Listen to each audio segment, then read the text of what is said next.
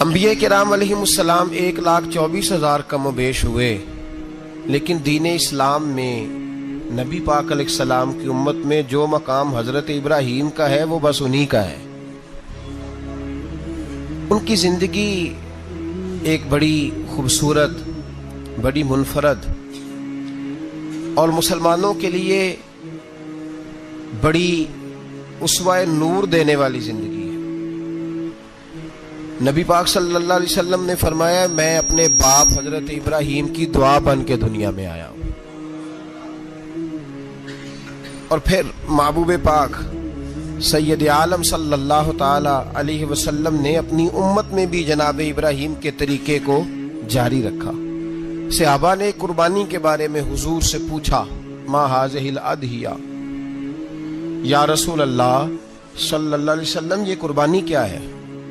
تو فرمایا، سنت ابیکم ابراہیم، یہ تمہارے باپ حضرت ابراہیم کا طریقہ ہے، یہ تمہارے باپ حضرت، حالانکہ قربانی نبی پاک صلی اللہ علیہ وسلم کا بھی طریقہ ہے، لیکن فرمایا تمہارے باپ حضرت ابراہیم، حضرت ابراہیم کے ذکر کو باقی رکھا۔ اللہم صلی علی محمد وعلی آل محمد کما صلیت علی ابراہیم وعلی آل ابراہیم، ان کے تذکرے کو باقی رکھا دین کے اندر۔ حضرت ابراہیم بڑی امتیازی شان والے نبی ہیں، بڑی امتیازی شان والے۔ رب کریم کا وہ دوست جس نے کوئی چیز بچا کے نہیں رکھی، ہر شے ہی اپنے رب کی بارگاہ میں پیش کر دے۔ چند چیزوں سے انسان کو بڑا پیار ہوتا ہے، گھر اسے بڑا پیارا ہوتا ہے۔ وہ بڑا خوبصورت ہوٹل، 5 سٹار ہوٹل میں رہا، وہ اسلام آباد گیا، کسی سفر پہ گیا تو بڑے اعلیٰ قسم کے اس کو کھانے ملے، بڑی چیزیں ملی، لیکن کبھی دائیں کروٹ کبھی بائیں کروٹ۔ تو ساتھ بیڈ پہ دوست تھا، تو اس نے کہا صاحب سو جاؤ، تو اس نے کہا یار جو مزہ اپنے گھر میں سونے کا ہے وہ کسی اور جگہ تھوڑی ہے۔ گھر بڑا پیارا ہوتا ہے، انسان کو لگاؤ ہوتا ہے، جس بے تکلفی سے، سکون سے، آرام سے انسان اپنے گھر میں وقت بتاتا ہے، کہیں اور مشکل ہو جاتا ہے۔ دوسرا، انسان کو اولاد بڑی پیاری ہوتی ہے، بڑی عجیب شے، نہ ہو تب بھی بڑا دکھ ہے، اور ہونے کے بعد بھی اس کی بڑی آزمائشیں، یہ بڑی ایک میٹھی چیز ہے۔ اولاد ایک بڑا عجیب سا میوہ ہے، پتہ نہیں یہ کس انجیکشن کا نام ہے کہ چھاتی پر چڑھ جائے تو اللہ سکون عطا فرما دیتا ہے، پتہ نہیں کس ٹھنڈی دولت کا نام رب کریم نے اولاد رکھا ہے، بڑی پیاری ہوتی ہے اولاد۔ پھر تیسری چیز انسان کی اپنی جان ہے، اور یہ اتنی قیمتی شے ہے کہ اللہ کریم نے فرمایا کہ اگر تیری گردن پہ کوئی آدمی پستول رکھ کے، تلوار تیرے گلے پہ رکھ کے کہے نا کہ رب کا انکار کر دے ورنہ مار دوں گا، تو فرمایا وقتی طور پہ میری ذات کا انکار کر پر جان بچا جا۔ اگر تم مرنے کے قریب ہو گیا ہے اور حرام شے کھائے بغیر تو بچ نہیں سکتا، مر جائے گا، تو فرمایا چل تو اس طرح کر، حرام کھا کے جان بچا، پر جان بچانا فرض ہے، ضروری ہے۔ وطن بڑا پیارا، اولاد بڑی پیاری، جان بڑی پیاری، پر حضرت ابراہیم سے رب کریم نے فرمایا چل ابراہیم کوئی چیز دے، تو کہا یا اللہ تینوں ہی تیرے نام پہ قربان کرتا ہوں، تیری ہوئی ساری، ہر شے تیری۔ حضرت ابراہیم نے دین کے لیے، آپ شہر بابل کے قریب پیدا ہوئے تھے، وہاں سے مصر آئے، مصر سے فلسطین آئے، اور فلسطین سے آ کر کے کعبہ آباد فرمایا۔ زندگی سفروں میں گزری، سفر ایک تکلیف والی چیز ہے، پر حضرت ابراہیم نے وطن چھوڑ دیا، گھر چھوڑ دیا۔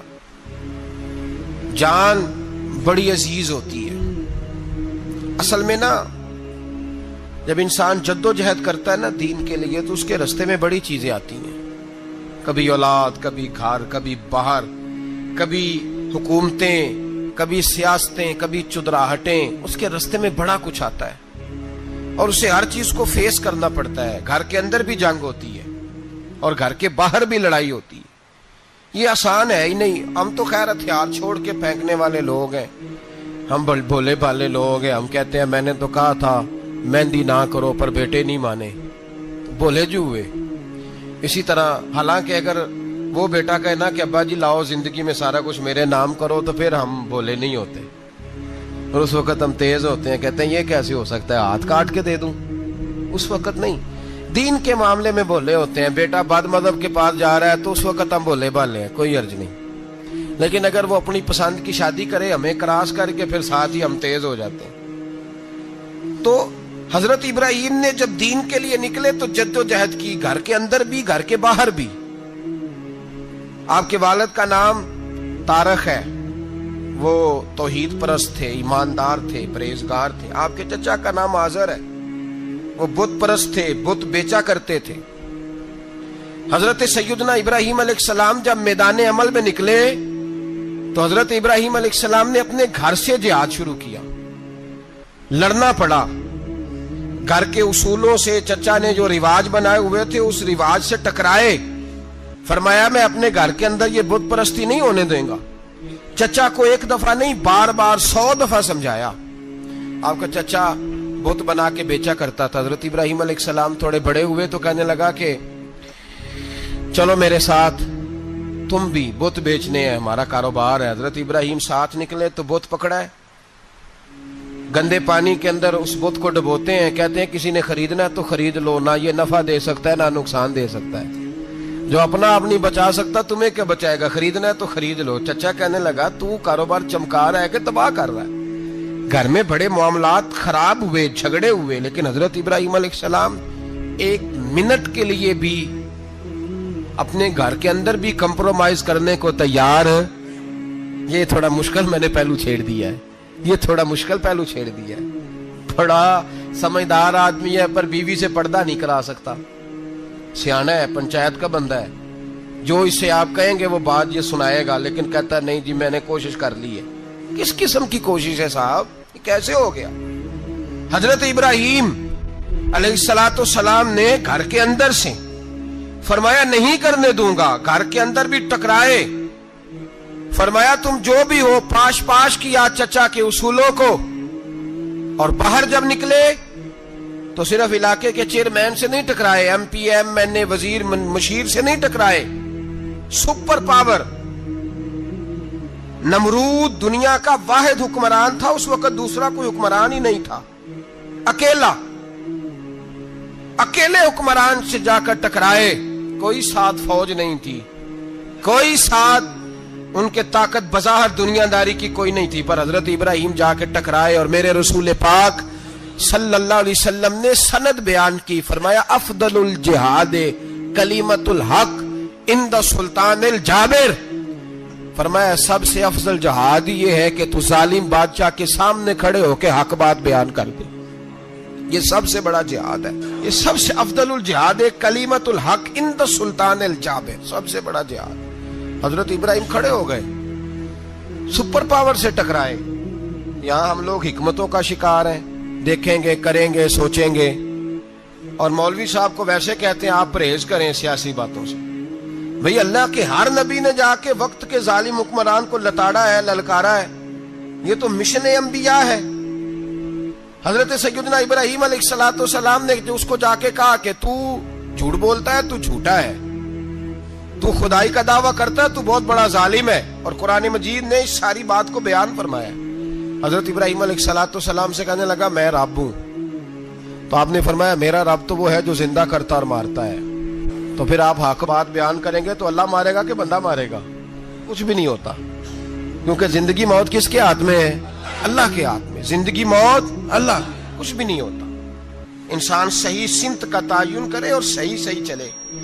حضرت علی شیر خدا سے کسی نے کہا تھا کہ آپ کے بڑی دشمنی ہے، کوئی محافظ رکھ لیں. آپ فرمانے لگے موت خود بہت بڑی محافظ ہے، وقت سے پہلے آتی ہی نہیں. بڑی محافظ ہے، وقت سے پہلے. علامہ نورانی رحمت اللہ تعالی علیہ کراچی جیسے شہر میں رہا کرتے تھے، جہاں گام گام پہ خطرہ تھا. لوگوں نے کہا حضرت اتنے بڑے لیڈر ہو، آپ کی جماعت کی 62 سیٹیں ہوئی قومی اسمبلی میں، ایک ایسا وقت بھی آیا تو کوئی ایک آدمی بندوق والا. آپ فرمانے لگے مجھے ضرورت ہی نہیں، اس لیے کہ جس خدا رسول کے لیے میں نکلا ہوں وہ خود ہی حفاظت کرنے والے ہیں، ضرورت نہیں ان چیزوں. تو بھائی حضرت ابراہیم ٹکرائے اور آپ کا انداز کیا ہے؟ جا کے کہا کہ تو نہیں، خدا وہ ہے جو زندہ کرتا. اور اس نے ایک بیوقوفوں جیسی دلیل دی. ایک آدمی کو کل پھانسی دینی تھی تو اس کو بلایا, کہنے لگا تجھے کب پھانسی ہے؟ اس نے کہا کل. کہنے لگا جا تجھے آزاد کیا, زندگی دی, اس کو چھٹی دے دی. ایک عام آدمی بیچارہ بیٹھا تھا, اس کو پکڑ کے نا کہنے لگا اس کی گردن اڑا دو. کہنے لگا دیکھ لو میں بھی زندہ کرتا اور مارتا ہوں, وہ جو کل مرنے والا تھا میں نے زندہ کر دیا ہے, اور جس کو پتہ ہی نہیں تھا کہ میں نے مرنا ہے اسے پکڑ کے میں نے مار دیا ہے. یہ بیوقوفوں جیسی دلیل ہے. حضرت سیدنا ابراہیم علیہ السلام چاہتے تو اسی وقت دلیل توڑ دیتے کہ تو کیا بیوقوفوں جیسی بات کر رہا ہے, اگر تو زندگی دیتا ہے تو مرے ہوئے میں جان ڈال کے دے جس کو تو نے مارا ہے. لیکن حضرت ابراہیم نے دیکھا کہ بیوقوف ہے, بیوقوفوں سے بحث نہیں ہوتی, دلیل بدل لی جاتی ہے, ان کی عقل کے مطابق بات کی جاتی ہے. حضرت ابراہیم فرمانے لگے میرا رب وہ ہے جو سورج مشرق سے نکالتا ہے اور مغرب میں غروب کرتا ہے, تو اگر رب ہے تو تو مغرب سے نکال کے مشرق میں غروب کر. فبہت الذی کفر, کافر لاجواب ہو گیا, اس کے پاس اس چیز کا کوئی جواب نہیں تھا. علامہ اسماعیل حقی نے خوبصورت فقرہ لکھا ہے, خوبصورت, جان ڈال دی ایک جملہ کہہ کے. حضرت سیدنا علامہ اسماعیل حقی رحمت اللہ علیہ فرمانے لگے چونکہ نمرود بیوقوفوں جیسی باتیں کر رہا تھا, اگر وہ یہ کہہ دیتا نا کہ میں سورج کو نکالتا ہوں مشرق سے, میں غروب کرتا ہوں معاذ اللہ مغرب میں نکالتا ہوں, تو آپ اپنے رب سے کہیے کہ وہ مغرب سے نکال کے مشرق میں غروب کرے. علامہ اسماعیل حقی فرماتے ہیں رب کریم کی آواز قدرت تھی, مالک حضرت ابراہیم علیہ السلام کے اس, اگر وہ کہہ دیتا اور حضرت ابراہیم دعا کر دیتے تو رب کریم نے فرشتوں کو تیار بٹھایا ہوا تھا. فرمایا اگر یہ کہہ دے میرے خلیل سے کہ سورج مغرب سے نکال کے مشرق میں غروب کرنا ہے تو تیار رہنا, جس طرح خلیل کہیں گے ویسے ہی کر دیں گے. واتخذ اللہ ابراہیم خلیلا, ابراہیم ہمارا دوست جو ہوا, جیسے کہے گا ویسے کر دیں گے. حضرت سیدنا ابراہیم علیہ السلام کی باتوں کا جب جواب نہ دے سکا, دلیل نہیں بندہ دیتا, پھر لڑائی کرتا ہے, پھر جھوٹے موٹے اعتراض کرتا ہے.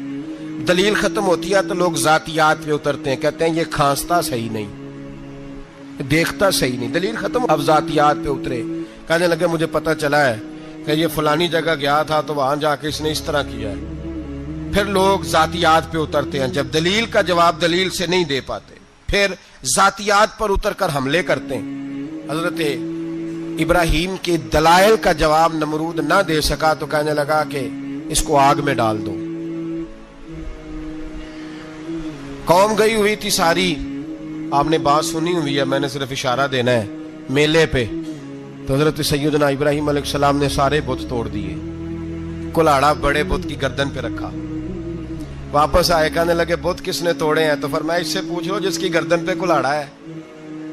کہنے لگے یہ تو بول ہی نہیں سکتا. تو فرمانے لگے بڑے بیوقوف ہو, جو بولتا ہی نہیں, سنتا ہی نہیں, اپنا آپ نہیں بچا سکتا, اس کی پوجا کرتے ہو. کہنے لگے پکڑو, دلیلیں ختم ہو گئی, اس کو آگ میں ڈالو. بہت بڑی حویلی 45 فٹ مربع پہ مشتمل ایک حویلی بنائی گئی اور 45 فٹ اونچی. مختلف روایات, علامہ اسماعیل حقی کہتے ہیں کہ 3 مہینے تک نمرود نے کہا کہ اس کے اندر لکڑیاں ڈالو. لوگ پوچھنے لگے کتنی دنیا جلانی ہے؟ کہنے لگا بندہ تو ایک جلانا ہے, پر بندہ بڑا تگڑا ہے, ایک بندہ. 3 مہینے لکڑیاں ڈالی گئیں. اور لوگوں کی جو تہمات ہوتی ہیں نا وہ بڑی عجیب ہوتی ہیں. تہمات میں نے بڑی تفصیل سے رمضان المبارک میں گفتگو کی تھی. بدشگونی, تہمات لوگ لیتے ہیں. اس وقت بھی لوگ تہمات کا شکار ہو گئے. عقیدہ بگڑ جاتا ہے تو وہ عجیب و غریب باتیں کرنے لگتا ہے. تہمات کا شکار ہو گئے. بیبیاں نظر مانتی, میں بیمار ہوں, اگر صحیح ہو گئی تو اتنے من لکڑی دوں گی حضرت ابراہیم کی آگ جلانے کے لیے. ایک عورت لے کے جا رہی ہے لکڑیاں, تو ایک نیک دل آدمی نے اس سے پوچھا کہاں جا رہی ہو؟ کہنے لگی میں نے منت مانی تھی تو حضرت ابراہیم علیہ السلام کو معاذ اللہ جلانے کے لیے لکڑیاں لے کے جا رہی ہوں. تو وہ رب کریم کے بندے کہنے لگے تو ڈھونڈتی رہے گی, تجھے وہ جگہ ملے گی نہیں. وہ بی بی کئی مہینے گھومتی رہی, جگہ ہی نہیں ملی جہاں لکڑیاں ڈالنی, ماری گئی. تہمات کا شکار ہوئے بہت سارے لوگ. تہمات کا بھائی, تہمات دین کے اندر منع ہے. تہمات دین میں کوئی نظر ماننا, کوئی کسی بزرگ کے مزار پہ جا کے سالے ثواب کے لیے کوئی چیز ماننا, یہ تو درست ہوا. لیکن غیر شرعی نظریں مان لینا کہ میں آگ کے گرد چکر لگاؤں گا, میں جناب وہاں جا کے یہ والا تماشا کروں گا، میں دھاگا باندھوں گا، میں رسا کاٹوں گا، میں وہاں گندے ہو سے پانی پیوں گا، ان کی شریعت اجازت؟ یہ توہمات ہیں، بدشگونی ہے، دین میں ان کی کوئی گنجائش؟ آپ نظر ماننے سے پہلے بھی کسی عالم سے رابطہ کریں کہ میں منت مانگنے لگا ہوں تو کیسے ماننی چاہیے، اس کا طریقہ پوچھیں۔ ایسے ہی غلط چیز کی منت تھوڑی مان لی جائے گی۔ بہرحال آمدام برسر مطلب حضرت ابراہیم کے لیے آگ جلائی گئی، 45 فٹ اونچی آگ ہے، پرندہ بھی اوپر سے گزرتا ہے تو نیچے گر جاتا ہے جل کے، اتنے دن لگا کے آگ جلائی گئی۔ اب حضرت ابراہیم کو جلایا جانے لگا ہے۔ یہاں تو موجے ہے نا، جو کسی ادارے کا سربراہ ہے اس کے لیے موج ہے، کسی جگہ آفیسر بن گیا تو موج ہے، پیر صاحب کے لیے موج ہے، علامہ صاحب کے لیے موج ہے، خطیب صاحب کے لیے موج ہے۔ جلنا کس کو پڑتا ہے؟ وہ علی کوئی نہیں رہا اللہ ماشاءاللہ، وہ لوگ گزر گئے جو تکلیفیں سہ کے کام کرتے تھے، گزر گیا زمانہ۔ حضرت سیدنا ابراہیم علیہ السلام کو جلایا جانے لگا ہے تو اب اتنی بڑی آگ ہے تو ڈالیں کیسے؟ شیطان نے تجویز دی کہ منجنیق بناؤ، منجنیق، بڑے بڑے بانس باندھ کے ان کے نیچے رسا باندھو، وہ جس طرح جھولنے کے لیے جھولا بنایا جاتا ہے اس طرح ایک منجنیق پرانے زمانے میں اس میں پتھر رکھ کے پھینکے جاتے تھے دشمنوں پہ، وہ منجنیق بنائی گئی کہ دور سے حضرت ابراہیم کو پھینکیں گے۔ ہاتھ حضرت ابراہیم کے باندھ دیے، پاؤں مبارک باندھ دیے، پوری زمین پہ ایک نام لینے والا خدا کا، اور اس کو آج رسیوں میں جکڑا ہوا ہے۔ جب پھینکا جانے لگا نا آگ میں، حوریں رونے لگی، فرشتے تڑپنے لگے، اے اللہ یہ کیا ہونے لگا ہے؟ ایک تیرا خلیل اور وہ بھی آگ میں۔ فرمایا جاؤ جا کے اس سے کہو اگر تمہاری مدد لیتا ہے تو اسے بچاؤ۔ ہوا کا فرشتہ آیا، کہا ابراہیم اگر تو کہے۔ او بھائی ان چیزوں کو کہانی سمجھ کے نہ سنا کریں، یہ داستان نہیں، یہ وہ طریقے ہیں جو ہمارے رسول نے ہمیں اپنانے کا حکم ارشاد فرمایا ہے، جو عقیدے، یہ وہ نظریات ہے جو ہمیں اوڑھنے کو کہا گیا، اپنے رب کریم کی رضا پہ راضی رہنے کے یہ وہ خوبصورت مواقع ہیں صوفیاء نے جن کو بنا کر سمجھا کر ہم تک پہنچایا ہے۔ یہ ہے اہل طریقت کی باتیں، وہ کہتے ہیں یار جس حال میں رکھے راضی رہنا ہے۔ حضرت ابراہیم علیہ السلام کو پھینکا جا رہا ہے، فرشتہ آیا، اے اللہ کے خلیل اگر حکم دو تو اتنی ہوا چلاؤں کہ نمرودی جل جائیں سارے، آگ ان پہ پھینک دی جائے۔ آپ نے فرمایا تو جا، تجھ سے مجھے کوئی کام نہیں۔ تھوڑی دیر کے بعد پانی کا فرشتہ آیا، کہا حضور اتنی بارش برساؤں گا کہ آگ بجھ جائے گی۔ فرمایا تو جا، تجھ سے کوئی کام نہیں۔ اب جب منجنیق میں رکھ دیے گئے، آگ میں جانے کا لمحہ ہے، تیاری ہے، حضرت جبریل امین حاضر خدمت ہوئے، کہا ابراہیم کوئی حاجت؟ فرمایا تجھ سے کوئی نہیں۔ کہا چلو مجھ سے نہیں تو رب کریم سے ہی بات کر لو، مجھے پتا ہے میں چھوٹا ہوں، آپ مجھ سے مدد کیوں لوگے، رب کریم سے ہی بات کر لیں۔ تو حضرت ابراہیم کہنے لگے جبریل یہ بتا، رب کو نہیں پتا اس کا خلیل کس حال میں ہے، اسے نہیں پتا میں کس حال میں ہوں، میرے ہاتھ بندے ہیں، پیر بندے ہیں آگ میں، اسے نہیں پتا۔ بتایا تو اسے جاتا ہے جس سے خبر نہ ہو، تو اگر اسے پتا ہے تو اگر وہ جلانے پہ راضی ہے تو میں بھی جلنے کو تیار ہوں، میں تیار ہوں، میں تیار ہوں۔ اسے کہو ٹھیک ہے۔ حضرت سیدنا ابراہیم علیہ السلام کو منجنیق میں ڈال کے جو پھینکا آگ میں، یا نار کونی بردم و سلاما علی ابراہیم، اللہ نے فرمایا اے آگ میرے ابراہیم پہ ٹھنڈی بھی ہو جا اور سلامتی والی بھی ہو جا۔ حضرت ابراہیم کو دو فرشتوں نے بٹھا دیا زمین پہ، پھول کھلے ہیں، کونپلیں مہک رہی ہیں، کلیاں خوشبو دے رہی ہیں۔ حضرت ابراہیم نے سر سجدے میں رکھ دیا، سبحان اللہ والحمد للہ ولا الہ الا اللہ واللہ اکبر۔ حضرت ابراہیم اللہ کی تسبیح پڑھنے لگے، رب کریم کا شکر بجا لانے لگے۔ نکلے وہاں سے، کچھ دن گزر گئے، نکلے، حکم ہو گیا ابراہیم علاقہ چھوڑ دو۔